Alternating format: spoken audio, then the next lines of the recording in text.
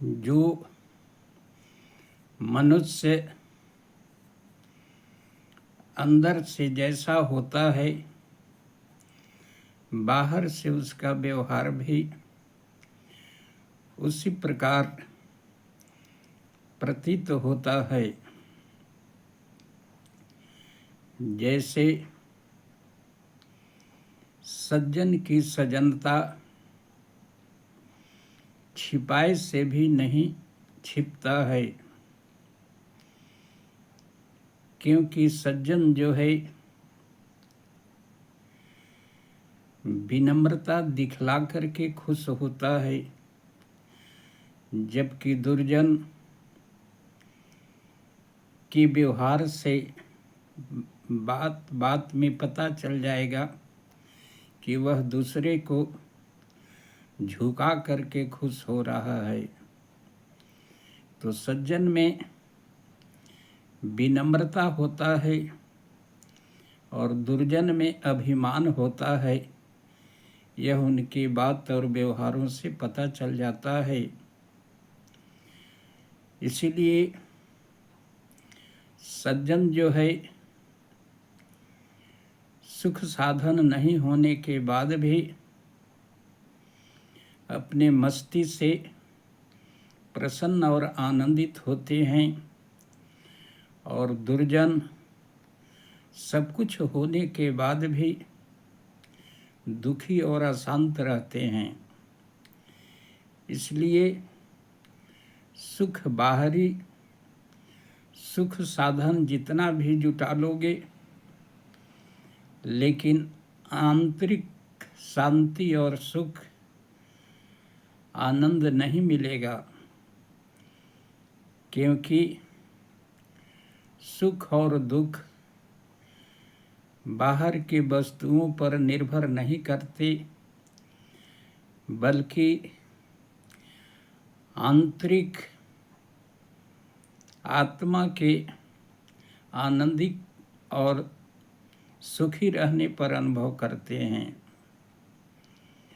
सब कुछ होने के बाद भी मनुष्य दुखी रहता है, और कुछ न होने के बाद भी महात्मा उतना सुखी क्यों रहते हैं? इसलिए कहा गया है कि जो आनंद इंद्र को इंद्राणी के साथ मखमल के बिछावन पर मिलता है, वही सुख कुत्ता को घूरे के राख पर मिलता है। इसलिए संतोष ही सबसे बड़ा सुख है। जो भगवान दिए हैं, प्राप्त को ही पर्याप्त समझना सुख का कारण है, और जो प्राप्त है उसको अप्राप्त समझना और मिल जाए इसकी भाग दौड़ में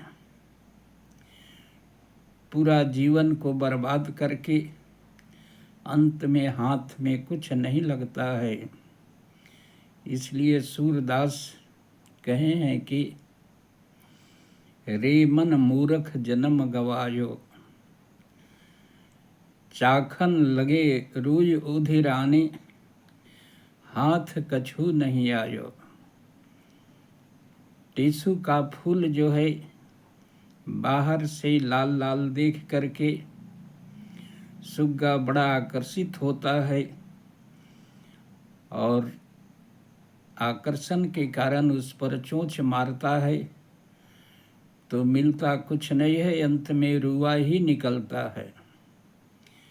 इसलिए बाहरी सांसारिक आकर्षण जितने हैं, वह तुम्हें अंत में कुछ प्राप्त कराते नहीं हैं, केवल कीमती जीवन को बर्बाद कर देते हैं। इसलिए आए थे हरि भजन को, ओटन लगे कपास। जिस मनुष्य शरीर दया करके भगवान दिए थे 84 लाख योनियों से छूटने के लिए, उनसे न छूट करके और बार बार 84 लाख योनियों में जाने वाला ही काम किया और मनुष्य शरीर मिलने के बाद भी उसको फिर से व्यर्थ कर दिया।